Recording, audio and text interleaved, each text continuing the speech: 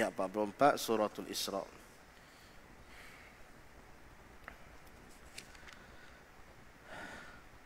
أعوذ بالله من الشيطان الرجيم بسم الله الرحمن الرحيم تسبح له السماوات السبع والأرض ومن فيهن وإن من شيء إلا يسبح بحمده ولكن لا تفقهون تسبيحهم إنه كان حليما غفورا وإذا قرأت القرآن جعلنا بينك وبين الذين لا يؤمنون بالآخرة حجابا مستورا وجعلنا على قلوبهم أكنة أن يفقهوا وفي آذانهم وقرا وإذا ذكرت ربك في القرآن وحده ولوا على أدبارهم نفورا نحن أعلم بما يستمعون به إذ يستمعون إليك وإذ هم نجوى إذ يقول الظالمون إن تتبعون إلا رجلا مسحورا انظر كيف ضربوا لك الأمثال فضلوا فلا يستطيعون سبيلا وقالوا أإذا كنا عظاما ورفاتا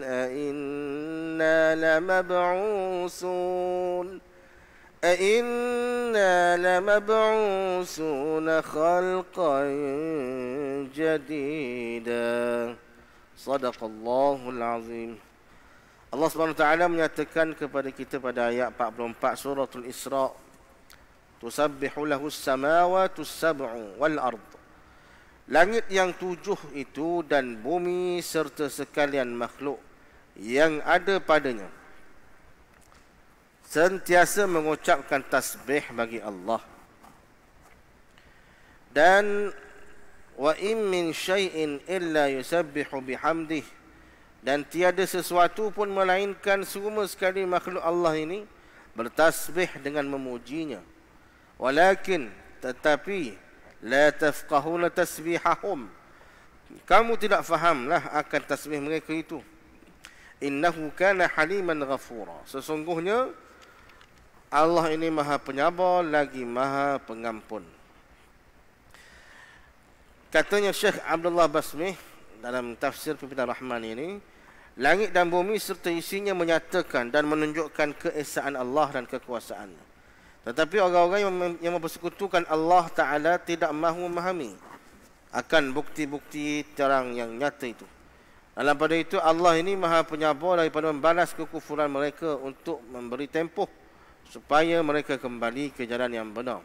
Allah juga maha pengampun lagi bagi orang-orang yang bertaubat. Dalam ayat 44 itu, tuan-tuan sekalian, Allah Subhanahu Wa Taala menyatakan bahawasanya bukan setakat kita saja manusia yang pandai bertasbih pada Allah. Disebut subhanallah, alhamdulillah, Allahu akbar tadi, lepas main subuh tadi. Tetapi makhluk-makhluk lain juga bertasbih pada Allah. Disebut di situ contohnya langit, bumi dan semua sekali makhluk-makhluk yang ada atas bumi ini. Kita tengok pokok-pokok ke, pokok matang, pokok doyang, pokok duku. Kita tengok lagi pokok bunga kita tu, hak rumah pokok bunga kertas, hak selani orang duk viral keladi. Semua tu bukan setakat dipamer saja tu, dijual saja di nursery, tetapi mereka bertasbih kepada Allah. Binatang-binatang pun begitu juga, tuan-tuan sekalian. maka mereka ini semua bertasbih kepada Allah Subhanahu wa taala. Tetapi walakin la tafqahuna tasbihahum. Allah Taala sebut awal-awal lagi dah. Kita tak fahamlah apa yang mereka tasbih tu. Kita tak dengar. Tak faham di sini bermaksud tidak dengar. Kita tidak dengar apa yang mereka tasbih. Kalau kita dengar rasanya tak duduk diam kita. Beralih sini, pas beralih situ dah. Pergi lalu ke bawah pokok duku ni, bunyi suara. Lalu ke pokok ni pula bunyi suara. Tak duduk diam, kita lari, pas lari. Jadi hikmahnya Tuhan buat makhluk-makhluk ni berzikir secara senyap. Kita tak dengar supaya kita manusia ni boleh berada dalam keadaan aman, tenteram. Tidak jadi takut dalam kehidupan dunia ni. Tapi sebenarnya hakikatnya semua makhluk-makhluk, baik tumbuhan, baik hidupan atas darat, hidupan atas air, hidupan di langit, semuanya bertasbih kepada Allah. Ayat ini juga nak menunjukkan bahawasanya kalaulah makhluk-makhluk lain ini boleh mengakui keesaan Allah, kenapa orang-orang yang kafir ini, yang ingkar kepada Allah ni tak boleh nak tunduk kepada Allah? Itu dia nak kabarnya. Kemudian disebut pada ayat 45, wa iza qara'tal qur'ana, dan apabila engkau membaca Quran wahai Nabi Muhammad sallallahu alaihi wasallam, ja'alna bainaka wa bainal ladzina la yu'minuna bil akhirah, maka bila mana kamu baca Quran, kami telah jadikan perasaan ingkar dan hasad dengki orang-orang yang tidak beriman pada hari akhirat itu sebagai dinding yang tidak dapat dilihat, yang menyekat hijaban mastura, yang menyekat mereka daripada memahami bacaanmu. Jadi oleh kerana orang-orang yang kafir ini, mereka tak mahu terima sangat apa yang dibawa oleh Nabi sallallahu alaihi wasallam kerana ego mereka. Maka dengan sifat ego tadilah Allah Taala sebenarnya bukan sahaja menyebabkan mereka ini akan menerima azab di akhirat, tetapi selama mereka duduk di atas dunia, mereka tidak akan dapat memahami kebenaran-kebenaran yang disampaikan melalui ayat-ayat Al-Quran, kerana telah didirikan satu tembok ataupun satu dinding di antara mereka dengan kebenaran yang nak disampaikan oleh Nabi SAW. Ini kerana mereka tak mahu tunduk kepada kebenaran. Jadi bahaya tuan-tuan kalau kita tidak mahu tunduk kepada kebenaran ini, kerana takut-takut kita jadi hati kerah. Rupanya hati keras ini sebab apa jadi keras hati ini? Kerana ada hijab, ada dinding yang telah pun terbina di antara kita dengan kebenaran. Na'udzubillah, kita minta berlindung dengan Allah daripada kita menjadi hati yang keras daripada menerima kebenaran. Wa ja'alna 'ala qulubihim akinnah, dan kami jadikan perasaan itu sebagai tutupan yang berlapis-lapis atas hati mereka. Mana sabahlah kerah pun, sebab berlapis-lapis tutupan-tutupan telah ditutup oleh Allah ke atas hati-hati orang yang menolak kebenaran ini. Juga sebagai penyumbak pada telinga mereka.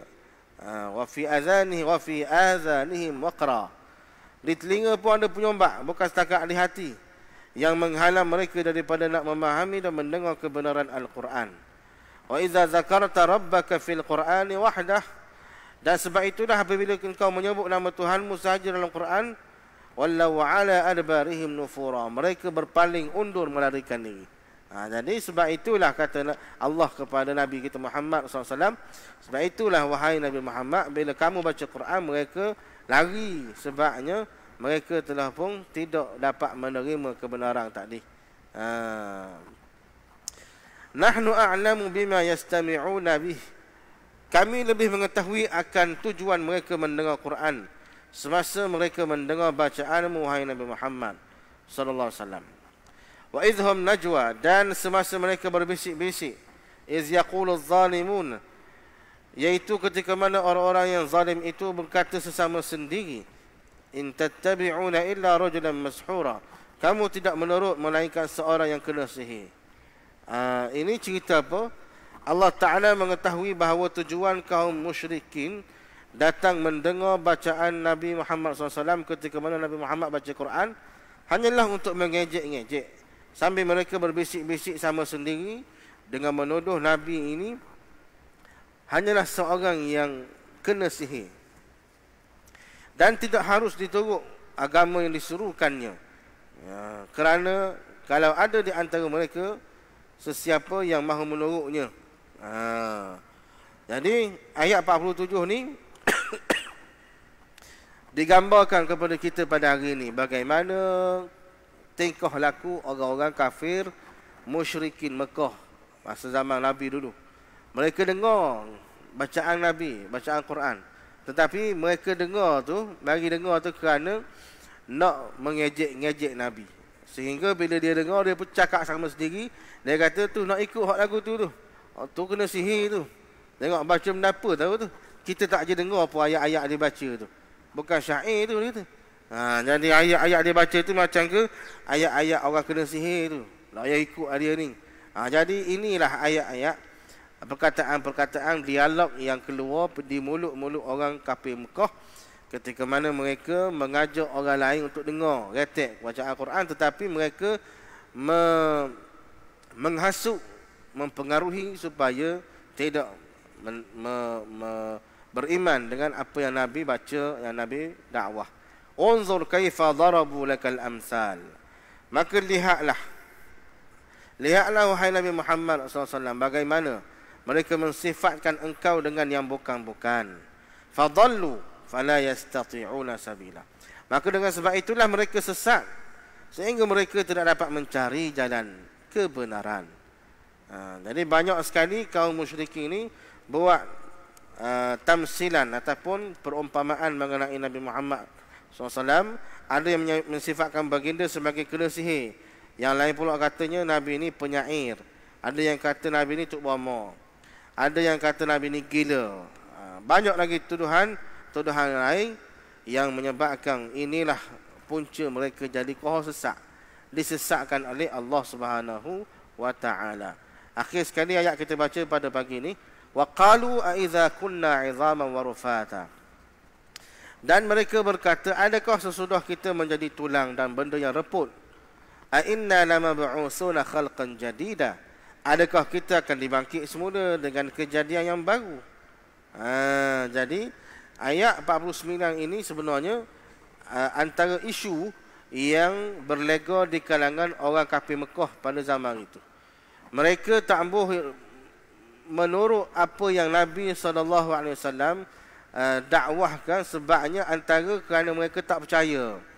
Mereka yang bila mati boleh hidup semula di akhirat, dia tak percaya. Sehingga dia kata, adakah kita ni hak jadi tulang? Tulang dan kita akan repuk. Dia tahu tulang ni akan repuk. Jadi macam mana kita nak hidup, dia kata. Tulang repuk dah. Nak bercatur mana? Mustahil, dia kata. Jadi ini antara benda-benda isu yang ditimbulkan. Supaya Nabi ini tidak berjaya untuk mengislamkan orang-orang pada masa itu. Jadi jawapan tu sebenarnya ada dah dalam Quran. Bahawasanya Allah Ta'ala menjadikan manusia nak beri jadi kejadian yang mula-mula tu lebih payah lagi daripada nak menjadikan kejadian yang kedua. Sebab nak jadikan yang pertama ni, nak jadi kita ni, dia tak ada lagi, tak ada model lagi. Tapi kalau nak jadikan kejadian yang kedua, kita dah ada dah, cuma nak hidupkan balik saja. Maka benda itu tersangatlah mudah bagi Allah Subhanahu wa taala. Jadi kita akan dengar jawapan dia kepada ayat 49 ni pada ayat yang berikutnya, pada hari yang berikutnya insya-Allah. Aqulu qawli hadza wa astaghfirullahal azim li wa lakum. Wassalamu alaikum warahmatullahi